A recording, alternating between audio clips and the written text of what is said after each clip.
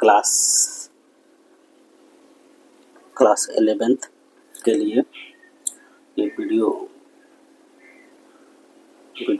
3 होगा। चैप्टर 2 के लिए सब्जेक्ट है हम लोग का सब्जेक्ट अकाउंटेंसी।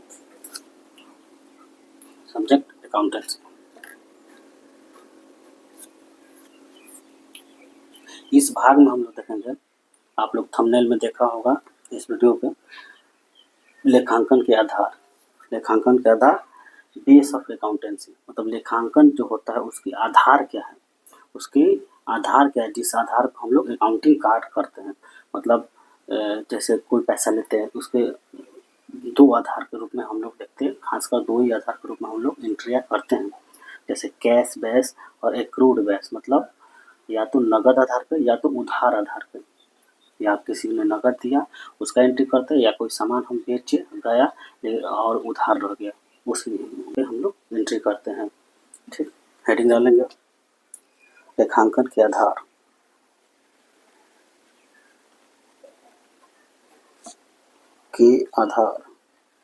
आप लोग थंबनेल में देख चुके हैं।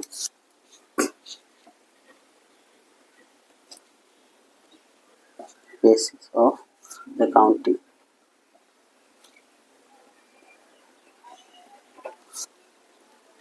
बेसिस ऑफ अकाउंटिंग, ये सेकंड चैप्टर ही थ्योरेटिकल पार्ट है और आगे वाली कक्षाओं में थ्योरेटिकल पार्ट खत्म हो जाएंगे। हमें आशा करते हैं कि आप लोग पूरे थ्योरी बड़े मन से पढ़ें, क्योंकि यही अकाउंटिंग का बेस है।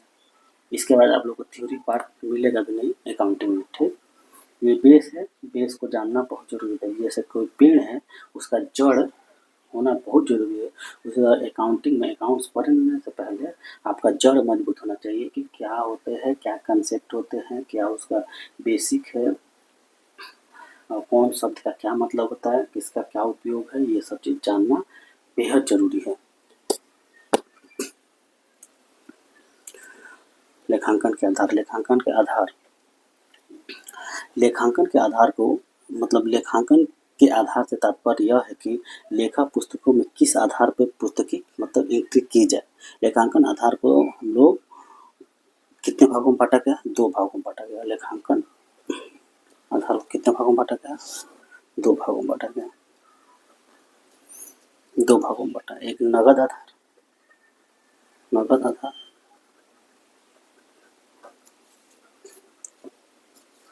एक होता है उपार्जन आधार। नगद कोई पैसा दिया उसका एंट्री, या उधार किसी को बेचे या लिए उसका एंट्री, यही 2 आधार होता है हमें लेखांकन की, अकाउंटिंग की। इसे कैश बेस कहते हैं, कैश बेस। इसे एक्रूड बेसिस कहते हैं, एक्रूड बेसिस।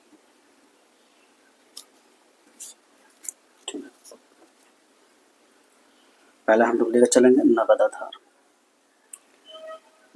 इसको हम लोग 2 लाइन पढ़ देंगे, अलग अलग देखेंगे,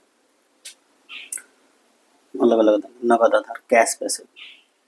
इसके नाम से समझ में आ रहा है कि नगद केवल कैश से रिलेटेड एंट्रियाँ करेगा, केवल कैश से रिलेटेड ही एंट्री करेगा। इसके नाम से भी समझ रहे, उपार्जन आधार मतलब इसमें कैश या नगद दोनों प्रकार की एंट्रियाँ की जाएंगी।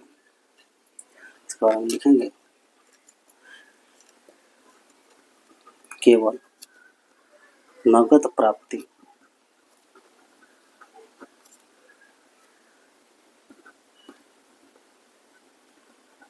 व भुगतान पर ही लेखा होगा।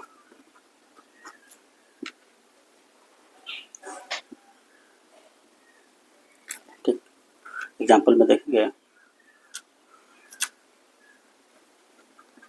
राम को 200 रुपया नगद माल बेचें, तो ये एंट्री होगी। अगर कहा जाए राम को 400 रुपया उधार माल बेचा, तो ये एंट्री नहीं होगी, ये एंट्री नहीं होगी, क्योंकि कैश बेस में केवल नकद मतलब बेचने या लेने पे ही उसकी एंट्रियाँ होती है। इसी के आधार पर कैश बुक बनता है, कैश बेस के आधार पर ही कैश बुक बनता है, रोकड़ पुस्तक। कैश बुक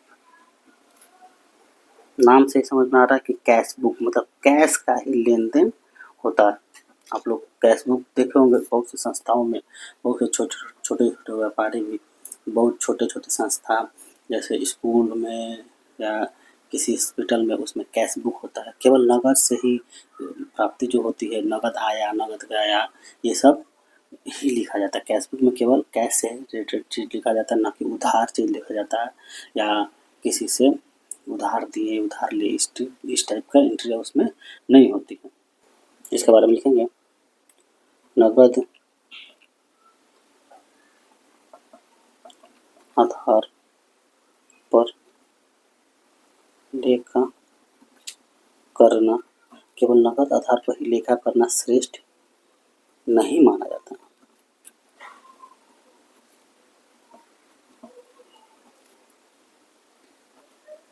इसमें समायोजन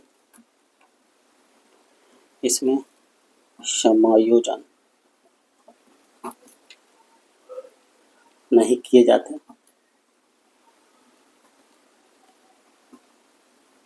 इसमें समायोजन नहीं किए जाते।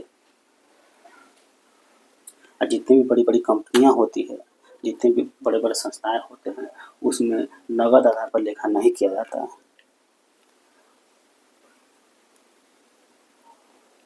बड़े बड़े कंपनी हैं, सब किसी को कैश देना संभव नहीं है।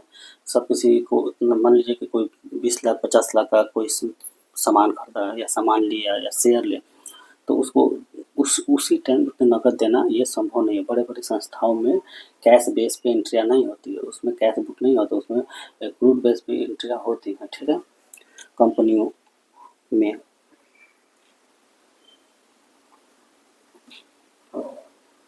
ये छोटे छोटे संस्थाओं के लिए उपयोगी है। पर लेखा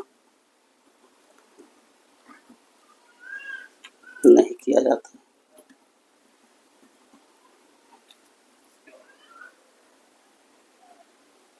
ये जो होते हैं, ये छोटे छोटे व्यवसायियों, गैर व्यापारिक संस्थाओं, एनजीओ व पेशेवर संस्थाओं द्वारा लेखा किया जाता है। छोटे छोटे साइयों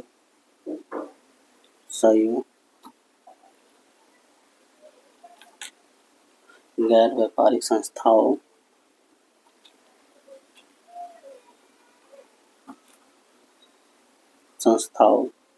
इसे एनजीओ भी कहते हैं। एनजीओ पेशेवर संस्थाओं जैसे डॉक्टर हुआ, टीचर हुआ, ये सब पेशेवर संस्था है। यहाँ पर कैश बुक का प्रयोग किया जाता है। था इत्यादि पर लेखा किया जाता है।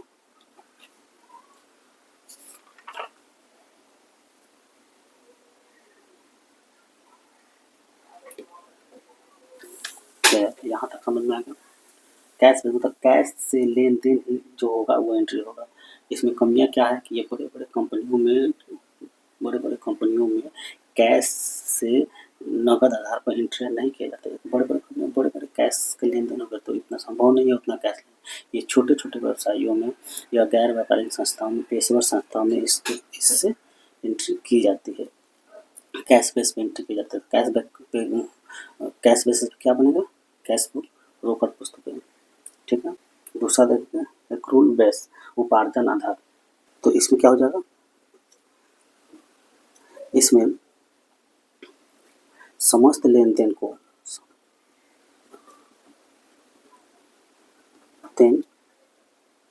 का लेखा करना होता है। लेखा होता है, चाहे नगद प्राप्त हो या नहीं, या भुगतान भुगतान बाद में हो, भुगतान बाद में हो, भुगतान बाद में हो। जैसे इसमें एंट्री कैसे होगी, एग्जाम्पल में देख लेंगे। एग्जाम्पल में राम को 200 रुपया नगद माल बेचा, तो ये एंट्री होगी। अगर राम को 200 रुपया उधार माल बेचा, तो ये भी एंट्री इसमें होगी, ये भी एंट्री इसमें होगी। एक्रूअल बेस में ये भी एंट्री इसमें होगी, दोनों एंट्री होगी, क्योंकि इसमें नगद है और उधार है, दोनों है। इसमें नगद प्राप्ति हो या नहीं हो, दोनों की एंट्रियां की जाती है। इसमें देखेंगे, इसमें सभी प्रमुख पुस्तकें रखी जाती है, सभी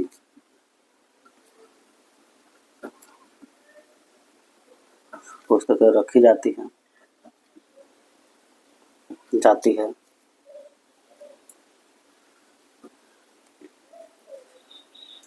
समायोजन किया जाता है, इसका समायोजन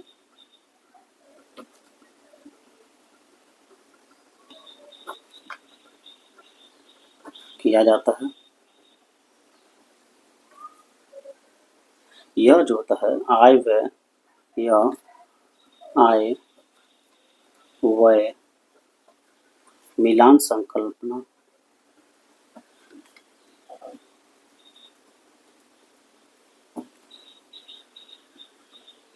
पर आधारित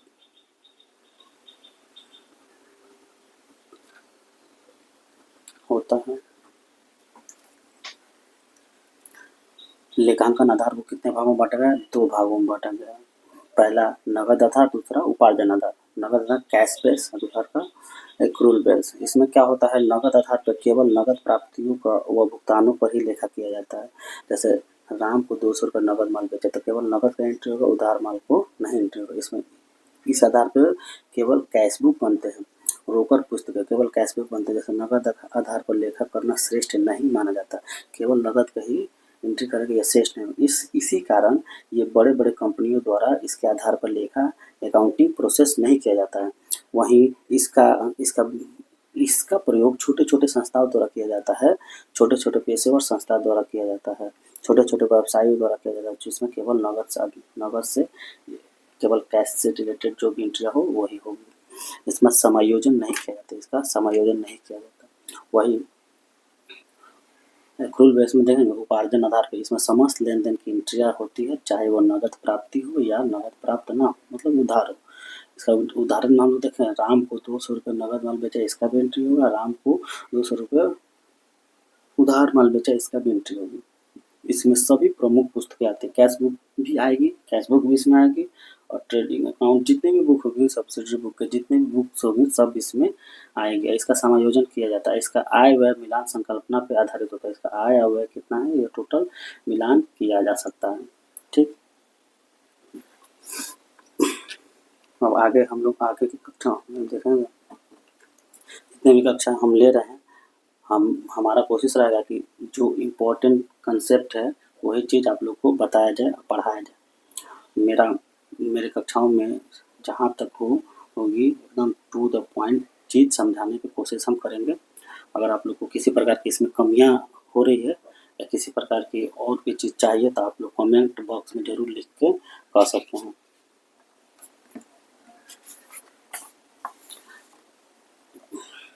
आप लोग जितने देखेंगे तभी समझ में आएगा, और इसको बैठ के देखिए और इसको अपने नोट डाउन करते जाए। हम लोग आगे देखेंगे लेखांकन मानक,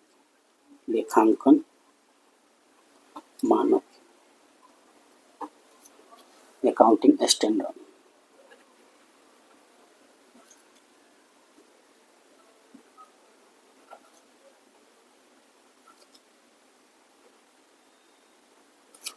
अकाउंटिंग की कौन कौन से मानक है, जैसे जो उसका मानक एक अंतर्राष्ट्रीय स्तर पर अकाउंटिंग का मानक है, और भारतीय अंतर्राष्ट्रीय स्तर पर इसका अकाउंटिंग स्टैंडर्ड अंतर्राष्ट्रीय स्तर पे और इंडिया स्तर पे अकाउंटिंग स्टैंडर्ड क्या है? ये अंतर्राष्ट्रीय स्तर पे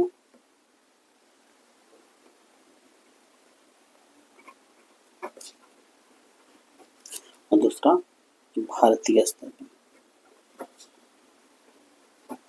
ये दोनों मानक हम लोग देख रहे हैं।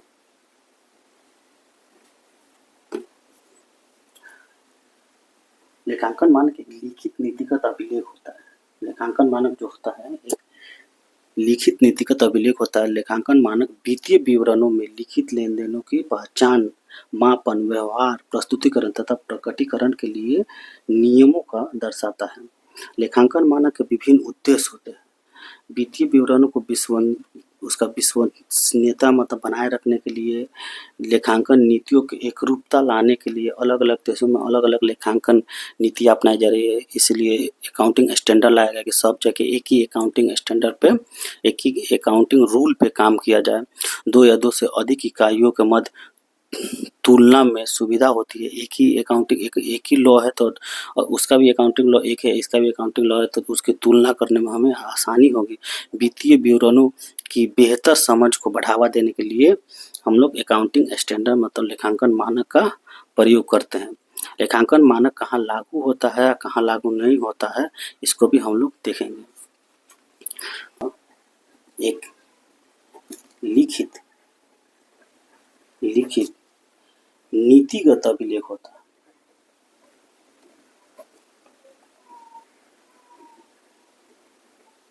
अभिलेख होता है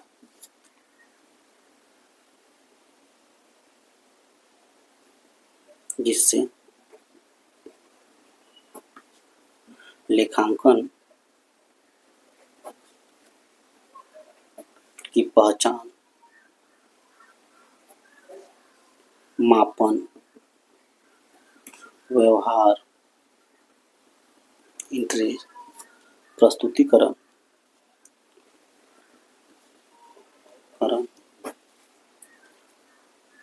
नियमों को दर्शाता है।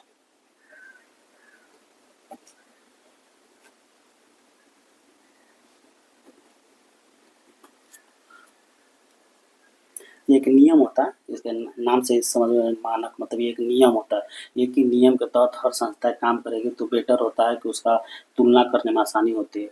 ये नहीं कि हम कुछ नियम से एंट्री कर रहे हैं, वो कुछ नियम से एंट्री कर रहे हैं, तो अलग-अलग नियम होंगे तो अलग-अलग उसको तुलना करने में आसानी नहीं होगी और इससे क्या होगा अकाउंटिंग मतलब जो रूल है उसका ब्रेकडाउन होगा। इसलिए अंतर्राष्ट्रीय स्तर पे माना जाता है कि हर जगह एक ही नियम, एक ही कानून, एक ही मतलब कंसेप्ट का ही पालन किया जाए। इसीलिए लेखांकन मानक लाया गया कि इसी मानक के आधार पर कोई भी मतलब एंट्री मतलब कोई भी व्यवहार किया जाएगा। ठीक, लेखांकन मानक का क्या उद्देश्य था, इसका क्या उद्देश्य था? उद्देश्य कुछ तो उद्देश्य होगा। इसका उद्देश्य यही था कि वित्तीय विवरणों की विश्वसनीयता बढ़ाए। वित्तीय विवरण जो भी बन रहे हैं, इस वित्तीय विवरण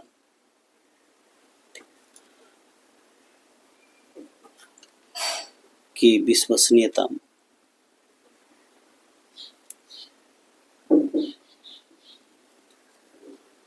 बढ़ाने हेतु इसीलिए अकाउंटिंग स्टैंडर्ड लाया गया कि वित्तीय विवरण का जो विश्वसनीयता है वो बढ़ ही रहे, मतलब कोई भी इसे गलत ना ठहराए। वो एक लिखित दस्तावेज का था, नियम के आधार पर किया गया है, आप इसे गलत नहीं ठहरा सकते। लेखांकन की नीति जो है अलग अलग नीतियों को एकरूपता लाने के लेखांकन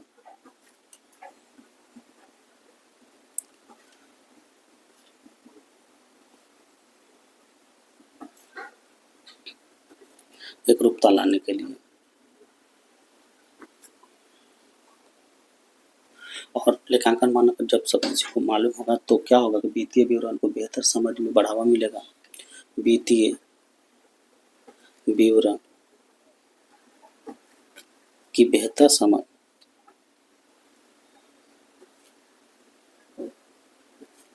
को बढ़ावा देने के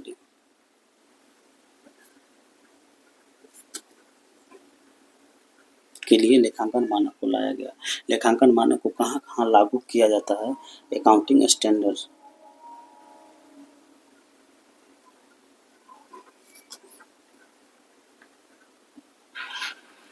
अकाउंटिंग स्टैंडर्ड को देखिए, अकाउंटिंग स्टैंडर्ड को व्यापारिक संस्थाओं पर लागू किया जाता है। एकल व्यापार हो, साझेदारी हो, फर्म हो, ट्रस्ट है, समितियाँ हो, बड़े-बड़े कंपनियाँ हो, वहाँ पे अकाउंटिंग स्टैंडर्ड लेखांकन मानक लागू होते हैं। लेकिन कई से संस्था ऐसे हैं जहाँ पे लेखांकन मानक लागू नहीं होते हैं। जैसे धार्मिक संगठन हो, जो एनजीओ हो, नॉन प्रॉफिट ऑर्गेनाइजेशन है, वहाँ पर भी लेखांकन मानक का लागू नहीं होता है। ये केवल वहीं पे लागू होता है जहाँ पे व्यापार हो रहा है, लाभ कमाने के उद्देश्य से व्यापारी कर रहे हैं, वहीं पे लेखांकन मानक का उपयोग होता है। जो सेवा के भाव से या धार्मिक संस्थाओं पे लेखांकन मानक का लागू नहीं होता। इसीलिए देखिएगा, बड़े-बड़े कभी आप लोग सुने होंगे कि बड़े-बड़े जो व्यवसायी हैं वो अपने टैक्स बचाने के लिए, टैक्स छुपाने के लिए एनजीओ में पैसा डाल देते हैं या किसी धार्मिक ट्रस्ट में अपना पैसा डाल देते हैं। जब वो धार्मिक ट्रस्ट में या एनजीओ में पैसा डाल देंगे तो उस पैसे का किसी भी अकाउंटिंग स्टैंडर्ड पर उसका लेखांकन नहीं होगा।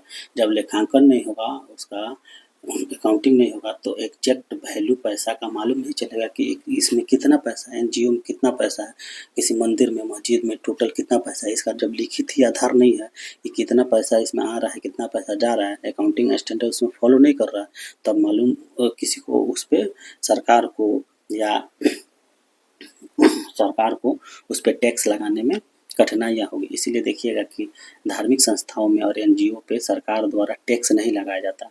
टैक्स ना लगाने के कई से कारण हैं, जैसे कि धार्मिक संस्था है, एनजीओ है, जो ये प्रॉफिट नहीं कमा रहा है, ये बिना लाभ कमाए के उद्देश्य सेवा के भाव से ये काम कर रहा है, तो क्या करते हैं, बड़े-बड़े जो व्यवसायी होते हैं वो अपना टैक्स बचाने के लिए, टैक्स चुराने के लिए अपना पैसे को कोई अलग-अलग ट्रस्ट बना के, मंदिर बना के उसमें पैसा डाल देते हैं और डालने के बाद सरकार को मालूम नहीं रहेगा कि कितना पैसा है, और इसी पैसे का वो उपयोग अपने व्यवसाय में कर लेते हैं। उसका टैक्स नहीं देने, काला धन के रूप में उसमें छिपा देते हैं। ठीक है।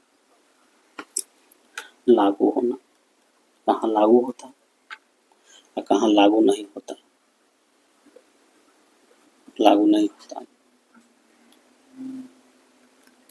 ये लागू वहीं होता है व्यापारिक संस्थाओं में।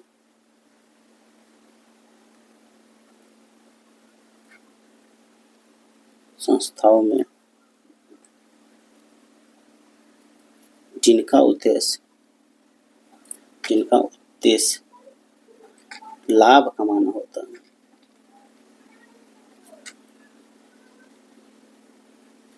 एग्जाम्पल में देख लेंगे। एग्जाम्पल में एकल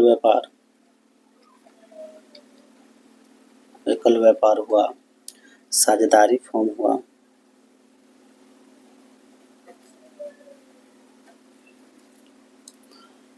कंपनियां हुई, etc। जो भी मतलब संस्था है जो लाभ कमाने के उद्देश्य से कार्य कर रहा है, उस पे लेखांकन मानक लागू होंगे, अकाउंटिंग स्टैंडर्ड लागू होंगे। और जो संस्था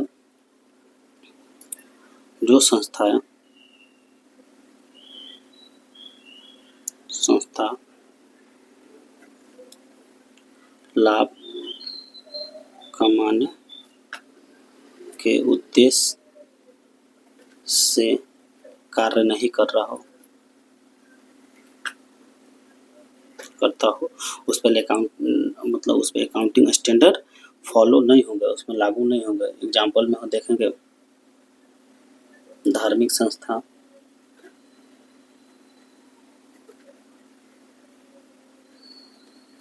एनजीओ इत्यादि।